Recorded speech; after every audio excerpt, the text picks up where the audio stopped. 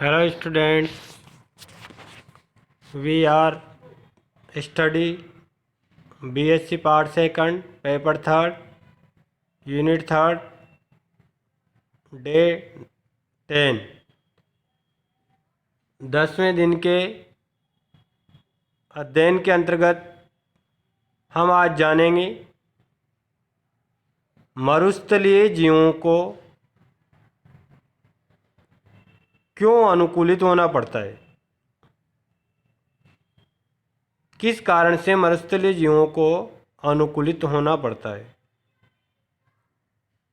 तो मरुस्थलीय जीवों को निम्नलिखित 4 प्रयोजनों हेतु अनुकूलित होना पड़ता है। फर्स्ट है वाटर कंजर्वेशन, जल संरक्षण। सेकंड है वाटर गेटिंग, जल प्राप्तार्थ। थर्ड है हीट टॉलरेंस, ऊष्मा की सहनशीलता। और फोर्थ है प्रोटेक्शन, सुरक्षा। तो आइए सबसे पहले हम देखते हैं जल संरक्षणार्थ फॉर कंजर्वेशन ऑफ वाटर। जैसा कि बताया गया है तुम्हें, मरुस्थलीय वातावरण में शुष्कता की समस्या एक आम बात है। जीवों के शरीर से वाष्प के रूप में जल की निरंतर कमी भी होती रहती है। इससे बचने के लिए यहाँ के जीवों का शरीर अनुकूलित होता है। दो, जल संरक्षण के लिए इनका शरीर किस प्रकार से अनुकूलित है, ये हम निम्न बिंदुओं के अंतर्गत देखते हैं। पहला बिंदु है इम्पीवियस स्किन, अभेद त्वचा। मतलब इन जंतुओं के वाष्पन की क्रिया को रोकने के लिए मरुस्थलीय जंतुओं की त्वचा जल के प्रति अभेद्य होती है, अर्थात त्वचा से ऐसे स्राव स्रावित होते हैं जो जल के रूप में वाष्पन होने से रोकते हैं। त्वचा पर शल्क होते हैं, कांटे होते हैं, पट्ट होते हैं, ढाल या परिरक्षण की अनेक ऐसी रचनाएं पाई जाती है। त्वचा मोटे ब्लोटिंग पेपर के समान भी हो जाती है जो जल को वाष्प होने से रोकती है। रात्रिकालीन ओश के रूप में जमे जल को सोखने की क्षमता त्वचा रखती है, यानी त्वचा आर्द्रताग्राही होती है। ये और अच्छा पॉइंट है, क्योंकि रात्रिकालीन ओश के पानी को वो सोख तो सकती है, लेकिन वह अपने से वाष्पित होने से पानी को वाष्पित होने से रोकती है। इसका सबसे अच्छा उदाहरण कांटे वाली छिपकली जो ऑस्ट्रेलिया के रेगिस्तानों में पाई जाती है, जिसे मोलास होरिडस नाम से जाना जाता है। मोलास होरिडस ऑस्ट्रेलिया के रेगिस्तान में पाई जाने वाली छिपकली, कांटे वाली छिपकली। जल संरक्षण के लिए सेकंड बिंदु था बिलीय प्रकृति। ऐसे एनिमल्स में बिलों बनाने की प्रकृति होती है जो गर्मी के समय में बिलों में रहते हैं ताकि वाष्पन को कम किया जा सके। ये बिलीय जंतु बिलों के मुंह भी दिन के समय बंद रखते हैं। इस प्रक्रिया से जहाँ वाष्पन कम होता है वहीं जंतुओं को गर्मी से राहत भी मिलती है। थर्ड है नॉक्टर्नल हैबिट, रात्रिचर स्वभाव। दिन का तापक्रम अत्यधिक होने के कारण मरुस्थलीय जीव प्राय रात्रिचर होते हैं। रात्रि में तापमान कम होने पर वाष्पन की समस्या कम रहती है। अधिकांश जीव पोषण की आवश्यकताओं की पूर्ति रात्रिकाल में ही करते हैं ताकि वाष्पन पानी का नहीं हो। रात्रि काल में ही आवासीय विशेषता के कारण भोजन भी प्रचुर मात्रा में उपलब्ध रहता है। मरुस्थलीय जीवों का रात्रिचर होना का प्रमुख लक्षण माना जाता है। एस्टिवेशन, पॉकेट माउस, कंगारू चूहा आदि जंतु गर्मी से बचाव के लिए निश्चेष्ट होकर पड़े रहते हैं, जिससे जल संरक्षण करने में सहायता मिलती है। छायादार स्थानों पर दिवाकर प्राणी छायादार स्थानों पर आराम करते हैं तथा अधिक समय वहीं रहते हैं, जिससे जल वाष्पन कम करने में सहायता मिले। एक्सक्रेशन, उत्सर्जन। उत्सर्जन के माध्यम से जल संरक्षित किया जाता है। मरुस्थलीय जंतु तरल मूत्र के स्थान पर ठोस या अर्धठोस यूरिक अम्ल का उत्सर्जन करते हैं। मतलब ये अत्यधिक पानी को बचाने के लिए ये मलमूत्र भी गाढ़ा उत्पन्न करते हैं ताकि वहाँ पानी की आवश्यकता कम हो। सरीसृप व पक्षी वर्ग के जंतु इसके उत्तम उदाहरण हैं। मूत्र के समान जल के उत्सर्जन में भी संरक्षण की प्रक्रिया अपनाई जाती है। नेक्स्ट है श्वेत ग्रंथियों का अभाव, एब्सेंस ऑफ स्वीट ग्लैंड्स। मतलब श्वेत ग्रंथियाँ यानी पसीना ग्रंथियाँ इन जंतुओं के अंतर्गत एब्सेंट होती है, ताकि पसीना बाहर निकले ही नहीं। इन ग्रंथियों को स्तनधारी जीवों का प्रमुख गुण होते हुए भी मरुस्थलीय जंतुओं में इनकी कमी या अनुपस्थिति मरुस्थलीय अनुकूलन के कारण ही संभव है। रिड्यूस रेट ऑफ मेटाबॉलिज्म, कम चयापचय दर। अपने शरीर में चयापचय दर में कमी करके जल को संरक्षित करने की अनूठी विधि भी जंतुओं में मिलती है। ओरिक्स नामक अफ्रीका का एंटीलोप अपने चयापचय दर को कम रखता है, फलस्वरूप जल संरक्षण में सहायता मिलती है। जल प्राप्तार्थ वाटर गेटिंग, ये अभी तक बिंदु पढ़े थे अपन ने 7 बिंदु, ये थे वाटर को बचाने के संदर्भ में, फॉर कंजर्वेशन ऑफ वाटर। अब है हमारे पास वाटर गेटिंग, जल प्राप्तार्थ। चूँकि हम जानते हैं जल की कमी मरुस्थलों में होती है, अतः जल की प्राप्ति भी जंतुओं की एक समस्या होती है। इसके समाधान हेतु निम्न प्रकार के बिंदु हैं। पहला है माइग्रेशन, प्रवास। मरुस्थलीय जंतु जल की प्राप्ति के लिए दूर दूर तक स्थानों तक प्रवास करते हैं। जल प्राप्ति की आशा में ये मीलों भटकते हुए पाया जाना मरुस्थलीय जीवों की सामान्य प्रक्रिया है। वाटर होल्स, जल छिद्र। मरुस्थल में जल छिद्र जल प्राप्ति का मुख्य साधन होते हैं। रेगिस्तान में जल स्रोत दूर दूर तक छिद्रों के रूप में पाए जाते हैं। ये भी अधिक नहीं होते हैं, दूर दूर तक पाए जाते हैं। इनका मरुस्थल में अत्यधिक महत्व होता है। ये अत्यधिक गहरे होते हैं, लेकिन इसमें हमेशा पानी पाया जाता है। फिर जल छिद्र जंतुओं को दूर से ही आकर्षित करते हैं। थर्ड पॉइंट है अपने खाद्य पदार्थों से जल प्राप्ति, गेटिंग वाटर फ्रॉम फूड। खरा तथा कछुआ, ये जीव पानी की अत्यंत कम आवश्यकता की पूर्ति अपने द्वारा करते हैं। मांसल और गुदेदार भोजन से अब जल की आवश्यकता की पूर्ति करते हैं।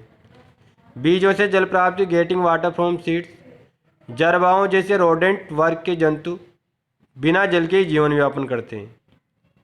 ये अपने द्वारा खाए जाने वाले बीजों में संग्रहित थोड़े से पानी से अपना निर्वाह कर लेते हैं। बीजों से इतना जल इन्हें प्राप्त हो जाता है कि इन्हें बिना जल के ही जीने को बाध्य कर सकता है। रक्त से जल प्राप्ति, getting water from blood. Carnivorous animals होते हैं। मांसाहारी मरुस्थल जंतु अपने शिकार से रक्त से जल की प्राप्ति करते हैं। रक्तपान करिए मांस के साथ ही रक्त की उपस्थिति से भोजन के समय इन्हें इतना जल प्राप्त हो जाता है कि इसके पश्चात ही जल की अधिक आवश्यकता इन्हें नहीं होती। चयापचय से जल प्राप्ति, getting water from metabolism. Kangaroo, चूहे तथा चींटियाँ उनके शरीर में होने वाले चयापचय के फलस्वरूप उत्पन्न होने वाले जल पर ही निर्भर रहते हैं। मतलब जंतुओं को मेटाबॉलिज्म से जो जल प्राप्त होता है ना, उसी के ऊपर वो डिपेंड हो जाते हैं। तो जंतु शरीर में अनेक क्रियाएं प्रतिक्रियाएं सतत चलती रहती है। कुछ निर्माणकारी होती है, कुछ विध्वंसकारी होती है, जिन्हें चयापचय क्रिया कहते हैं। कुछ दीर्घ अणुओं को छोटा बड़ा किया जाता है। इस दौरान जल के अणुओं की प्राप्ति होती है। हम केमिकल रिएक्शन में देखते हैं जल के अणु निकलते हैं, उनसे ही ये शरीर में जल की आवश्यकताओं की पूर्ति करने में सक्षम होते हैं। नेक्स्ट है आर्द्रता ग्रहित त्वचा, हाइग्रोस्कोपिक स्किन। ये अभी थोड़ी देर पहले अपने ऊपर देखा था। कांटे वाली छिपकली जिसे मोलास ओरिडस कहते हैं, इसकी त्वचा हाइग्रोस्कोपिक होती है। ब्लोटिंग पेपर के समान ये वायुमंडल से जल को अवशोषित कर लेती है। विशिष्ट त्वचा का मरुस्थलीय जीवन में जल की दृष्टि से अत्यंत महत्व होता है। त्वचा से जंतु अपने प्यास भी बुझा सकते हैं। इस बात का सबसे बड़ा उदाहरण यूरोमेस्टिक से आंत्र भंडारण के लिए, यानी सांडा, यूरोमेस्टिक सांडा, यानी सांड अपने आंत्र में जल का संग्रह करके रखते हैं। ये अपनी इंटेस्टाइन में वाटर को कलेक्ट करके रखते हैं। ये वाटर कलेक्टिंग भी अनोखा तरह का होता है। इंटेस्टाइन आंत्र में जल भंडारण वस्तुतः प्रकृति द्वारा भविष्य में जल प्राप्ति का विचित्र प्रयास कहा जा सकता है। नेक्स्ट है अपना डेवलपमेंट ऑफ वाटर सेल्स, जल कोशिकाएं विकसित होना। ऊंट का र्यूमन होता है, ऊंट का र्यूमन, जिसको आमाशय का एक भाग है। इसमें जल कोशिकाओं में जल भंडारण की प्राकृतिक व्यवस्था होती है। इसलिए जब भी जल मिलता है, ऊंट जैसे जंतु अत्यधिक मात्रा में जल को ग्रहण कर लेते हैं। ऊंट द्वारा 10 मिनट में 40 लीटर जल ग्रहण करने का वर्णन उपलब्ध है। 10 मिनट में 40 लीटर। ये जल कोशिकाएं फ्लास्क के समान होती है, जिनके सिरों पर अवरोधनियाँ पाई जाती है। जल इनमें बढ़ जाता है और अवरोधनियाँ बंद हो जाती है। भविष्य में जब भी जल की इसको आवश्यकता होती है तो ये जल प्राप्त कर लेता है। वाटरलेस लाइफ, जलविहीन जीवन। बहुत से जीव ऐसे भी है जो वाटरविहीन लाइफ व्यतीत करते हैं। इसका मतलब ये नहीं है कि इनको कभी वाटर ही नहीं मिले। कहने का मतलब एक बहुत लॉन्ग पीरियड तक बिना पानी के रह सकते हैं। काले गले की चिड़िया, zebra pinch, grey backed pinch, lark आदि मरुस्थलीय पक्षी अनिश्चित काल तक बिना जल ग्रहण किए जीवित रह सकते हैं। इसी प्रकार कंगारू, चूहे अपने बिलों को दिन में ढककर भीतर से इन्हें नम रखकर वर्ष भर बिना जल ग्रहण किए रह सकते हैं। इसी प्रकार बिना जल प्राप्त किए रहना जलविहीन जीवन माना जाता है। ये था जल प्राप्ति के साधन। इसी में हम थर्ड पॉइंट लेते हैं, हीट टॉलरेंस, उष्मा की सहनशीलता, गर्मी की सहनशीलता। मरुस्थलों में गर्मी अत्यधिक होती है। अतिशय गर्मी और अधिक तापक्रम से बचाव के निम्न उपाय होते हैं। हीट रेजिस्टेंस, ऊंट जैसा मरुस्थलीय स्तनधारी उष्मा के प्रति रेजिस्टेंस प्रदर्शित करता है। ऊंट के शरीर का तापक्रम परिवर्तनशील होता है। बिना पसीना निकाले ऊंट दिन में अपने शरीर का तापक्रम 40.6 डिग्री सेंटीग्रेड बढ़ा देता है। इसी प्रकार रात्रि में इस जंतु का तापक्रम 33.8 डिग्री सेंटीग्रेड से भी कम हो सकता है। इस प्रकार उष्मा के प्रति प्रतिरोध ऊंट जैसे जंतु में स्पष्ट रूप से अध्ययन किया जा सकता है, जो एक मरुस्थलीय अनुकूलन है। ऊंट के समान ही अफ्रीका का एंटीलोप ओरिक्स भी दिन में उष्मा को शरीर से में संग्रहण करने की क्षमता रखता है, जिससे उसके शरीर का तापक्रम भी बढ़ जाता है, जो हाइपरथर्मिया कहलाता है। एस्टिवेशन, जेबी चूहिया यानी पॉकेट माउस व कंगारू चूहे जैसे रेगिस्तानी जंतु अत्यधिक गर्मी से बचने हेतु अपने अपने बिलों में निश्चेष्ट होकर पड़े रहते हैं। निश्चेष्टता से पड़े रहना, जहाँ ये जंतु ऊर्जा का संरक्षण करते हैं, वहीं उष्मा से कम प्रभाविता भी प्रदर्शित करते हैं। मरुस्थलीय अनुकूलन में ये विधि विशेष महत्वपूर्ण मानी गई है। निर्जलीकरण की सहनीयता, टॉलरेंस अगेंस्ट डिहाइड्रेशन। अधिकांश जंतु में जब शरीर का 20% जल निकल जाता है तो वे मर जाते हैं, किंतु ऊंट जैसे प्राणी में 40% जल निकल जाने के बाद भी नहीं मरता। ये निर्जलीकरण की सहनशीलता मरुस्थल में जीवंत बनाए रखने के लिए प्रभावी अनुकूलन होता है। नेक्स्ट है अधोत्वचीय वसा स्तर की अनुपस्थिति। सामान्यतः प्राणियों में पाए जाने वाला त्वचा के नीचे का वसा का मोटा स्तर ऊंट जैसे जंतुओं में एब्सेंट होता है, किंतु कुबड़ या हम जैसे स्थान पर वसा एकत्रीकरण हो जाती है, जो उष्मा के शरीर से बाहर होने में सुविधा प्रदान करती है। चौथा पॉइंट है अपना प्रोटेक्शन, सुरक्षा। वातावरण के प्रति अनेक प्रकार की सुरक्षा विधियों का अपनाकर मरुस्थल में सभी जीवित रहने वाले दैनंदिन क्रियाकलाप करने वाले जंतुओं के अनुकूलन है। दिन में गर्मी बढ़ने जाने पर कई जंतु अपने बिलों में रहते, किंतु रात्रि को भोजन प्राप्त करने के लिए बाहर निकलते। रोडेंट्स वर्ग के जंतु ऐसा देखे गए। नेवले जैसे जीव भी दिन में बाहर नहीं निकलते। द्रुत गति से दौड़ने हेतु अनुकूलित होना भी मनुष्य जीवन के अनुकूलन के अंतर्गत आता है। इसके लिए पाँव या टांगें अधिक लंबी होती है, जिससे चलते या दौड़ते समय उनका शरीर गर्म बालू या रेत से ऊंचा रहे। रेगिस्तानी बिल्ली के तलवे चौड़े होते तथा बालों से ढके रहते, अतः गर्म रेत में से दौड़ने में सुविधा होती है। ऊँट के पाँवों की बनावट विशेषीकृत होती है, वे चौड़े और गद्दीदार होते हैं। इसी प्रकार शुतुरमुर्ग के पाँवों पर भी चमड़े की कड़ी गद्दियाँ होती है जो चलने या दौड़ने तो अनुकूलित होती है। सरीसृप रेप्टिलिया वर्ग की मेबुइया की आँखों की निचली पलक बहुत बड़ी और पारदर्शी होती है, जो धूल भरी या रेत भरी आंधियों के दौरान आंखों पर आ जाती है, फलस्वरूप रेत से आंखों की सुरक्षा हो जाती है। रेगिस्तानी जंतुओं में नाक, कान व आँखों को सुरक्षा प्रदान करने हेतु संरचनात्मक विकसित होती है। ऊँट अपने नाकों के छिद्र को आँखों के समान ही बंद कर सकता है। ओवलेपेरस जैसी छिपकली में आँखों के नीचे की पलक पारदर्शी होकर ऊपर की ओर जुड़ी रहती है। ऊँट की आँखों में बरोनिया आईलैशेज की अधिकता होती है। फ्राइनोसोमा एंड फ्रीनोसिपेलस जैसे जंतुओं में कान के छिद्र नहीं होते। कानों की सुरक्षा की झालरदार पर्दे या बालों के माध्यम से की जाती है।